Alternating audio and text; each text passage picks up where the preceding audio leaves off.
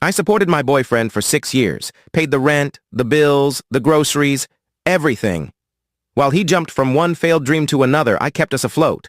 But then, my ex-boyfriend ended our relationship for the most ridiculous reason after I carried him financially for years, but he overlooked that the house is solely in my name, and now he's sleeping in his car. Let me start by saying I was with Finn for 6 years, a period I thought was filled with love, commitment, and immense patience. When I say patience, I mean I was the one footing the bills while he chased one failed dream after another. He tried launching a YouTube channel that never gained traction, despite his claims of becoming a star. Then came the NFT phase he swore he'd master. Spoiler, he didn't. He also dabbled in crypto, losing nearly all his savings. Through it all, I kept us afloat. Mortgage, me. Electricity, me. Groceries, me. Car payments, you got it, me. Finn was the visionary, while I, it seems, was the naive one who kept believing in his fantasies.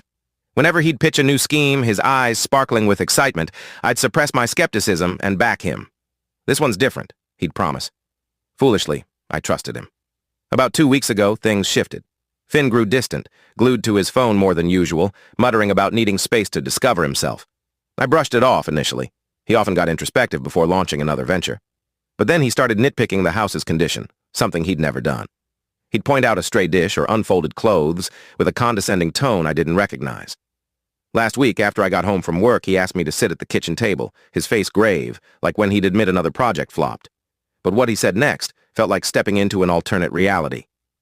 "We're done," he declared. "You don't pull your weight around here." I laughed, thinking it was a prank. When he stayed stone-faced, something in me cracked. This man, who I'd essentially supported like a parent for 6 years, was accusing me of slacking. When I pressed him to explain, he doubled down. "You're always messy, and I'm stuck handling all the emotional work, pointing out what needs doing. Let's set the scene. I work grueling hours to keep us housed while he's home, plotting his next breakthrough.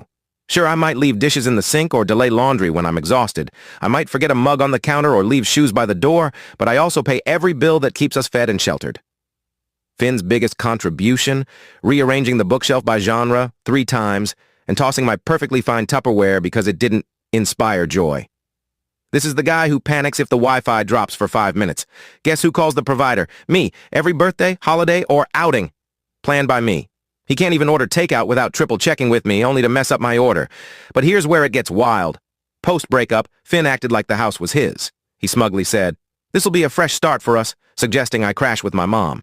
He even mused about turning the guest room into his office and getting a dog since no one will nag about fur anymore. That's when it dawned on me. He genuinely didn't realize, or maybe never knew, whose name is on the deed. Spoiler, it's mine, exclusively. The house was my grandparents' inheritance to me, and every payment, repair, and bill is in my name. I excused myself, locked myself in the bedroom, and decided not to argue or plead. Let him bask in his fantasy of winning this breakup. Let him think I'm packing to leave. Because Finn has no clue what's coming, and I'm eager to see him realize how badly he miscalculated. First update. As I shared before, my now ex Finn dumped me, claiming I wasn't doing enough at home. Laughable, since I've bankrolled everything, mortgage, utilities, food, while he worked on himself for years. Oh, and I cooked, cleaned, and handled every chore not tied to his precious gaming rig. But the real twist? After the breakup, Finn acted like he owned the house. Within days, he was strutting around like a landlord, leaving messes and gaming until dawn as if nothing had changed. He even told me to pack up and leave neatly. I was stunned, watching his delusion unfold. A week later, Finn announced a friend was coming over, barely acknowledging me, muttering about respecting his space. In my house. I nodded, curious who this friend was. When the doorbell rang, I opened it to find Mila, a woman with a cheery smile and a wine bottle. She was polite, but it was clear she wasn't just a friend. The way she gazed at Finn, they were an item. Finn barely introduced us, whisking her through my house like a tour guide, boasting, "This is the living room. I'm thinking new couch, something sleek. This is the kitchen, perfect for parties. This is my office where I grind." I nearly choked at office. The man hasn't worked since 2018. That office is a spare room I set up for his freelance gigs, but it's mostly his Fortnite den. Mila lapped it up, clearly picturing herself moving in. I stood in the kitchen, clutching my mug, torn between exploding or letting Finn dig deeper. I chose the latter, wanting to see how far he'd push this farce. That night, Finn acted like he'd already moved on, graciously allowing me to stay until I sorted myself out. He even pulled me aside, saying, "Let's set a timeline for your move. No pressure, but Mila and I need to plan."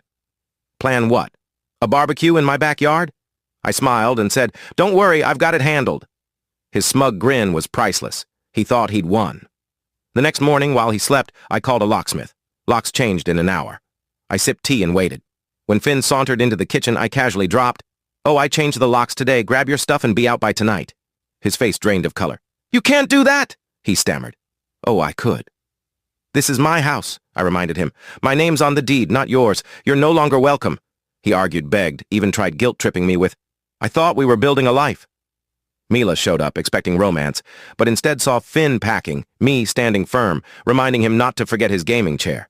She was baffled, asking, "This isn't your house?" Finn dodged her. By evening, both were gone. I poured wine, sank into the couch Finn wanted to replace, and reflected on how close I'd come to losing it all by being too generous with my time, money, and trust. Never again. Word is Finn's couch surfing, and Mila dumped him when she learned he's jobless and broke. Karma's poetic, isn't it? Thought Finn was done, but he's still humiliating himself. A mutual friend, Caleb, called to check in, but I sensed he was probing. I asked if Finn sent him. Caleb fessed up.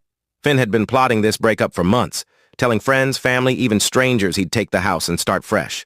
He painted himself as the patient boyfriend who endured my nagging. He claimed the house was his due to his efforts making it a home. I stopped Caleb, laughing. Efforts. Finn barely washed his socks, let alone maintained the house.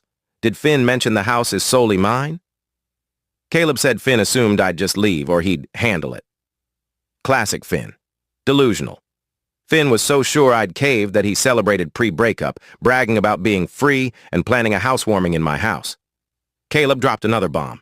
Finn downplayed my role, claiming I barely paid bills and he held us together. This from a guy who didn't know the mortgage amount. The lies were so absurd I couldn't stop laughing. I considered letting it go. Finn was out, the house was mine. But his years of manipulation, freeloading, and now this smear campaign? No way. I hit his ego where it hurts. First, I sent a calm group text to mutual friends, stating facts. The house is 100% mine, Finn never paid a cent toward bills, and his "we built this" narrative was fiction. I attached proof, lease agreements, utility bills, the deed, all in my name. Second, I donated Finn's leftover junk. His desk, an unused couch, his gaming chair, to a local charity. They were grateful. I was thrilled to purge him. Finally, I told Finn's parents the truth. They'd always been kind, and I felt they deserved honesty. I didn't spill every detail but clarified Finn's victim story was nonsense. The group chat exploded. Most friends were shocked and supportive, though a few of Finn's buddies tried defending him. I shut that down. We all struggle, but lying and stealing? That's a choice. Finn found out and called, livid, accusing me of wrecking his life. I coolly replied he'd been airing lies for months. I just set the record straight. Then I blocked him. His parents were mortified, apologizing for his behavior. His mom offered to repay some bills, but I declined. I wanted truth, not cash. Weeks later, I ran into Mila at a cafe. She apologized, embarrassed, saying Finn lied about everything, including the house being mutual. Then she dropped gold. Finn's living in his car. His friends ditched him, his parents won't bail him out, and he's burned every bridge. I don't wish homelessness on anyone, but Finn. He's reaping what he sowed. Finn's still trying to claim his house. Grab popcorn. It's absurd. Last week I was lunching with my sister Nora when she started acting odd, checking her phone, giving me weird glances. I pressed her and she blurted, "Don't be mad, but Finn contacted me." I nearly choked. Apparently Finn's telling everyone we had a verbal deal about the house, claiming we were basically married. We weren't, and he contributed heavily. He didn't. The kicker? He asked Nora for money, a chunk, to reclaim his rights, and she gave it to him. Before you judge, hear this. Nora's sharp, but Finn spun a sob story about being homeless because of me, flashing old bill receipts he paid with my money. I pitied him, Nora admitted. He was so convincing. I asked how much. 2,000, she muttered. I was livid, but then Nora showed me their texts. She's a genius. She didn't just hand over cash. She made Finn sign an IOU with repayment terms, interest, and his car as collateral. Why the hassle for a small loan? I knew he was lying, she grinned. I wanted proof of his desperation, and this might bite him later. I could have kissed her. Then Caleb sent screenshots of Finn's social media, where he's posing as a victim of a gold-digging ex who trapped him for his future wealth.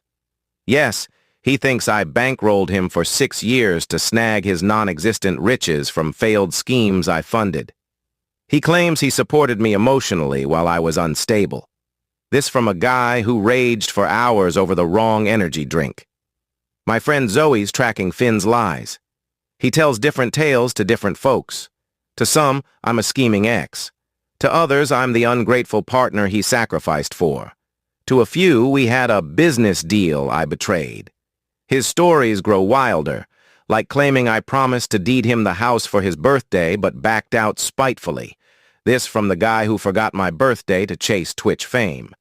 Yesterday, Finn sent unhinged messages, threatening to expose my secrets.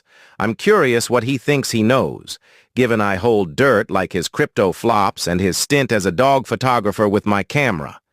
I've saved his texts, but haven't replied.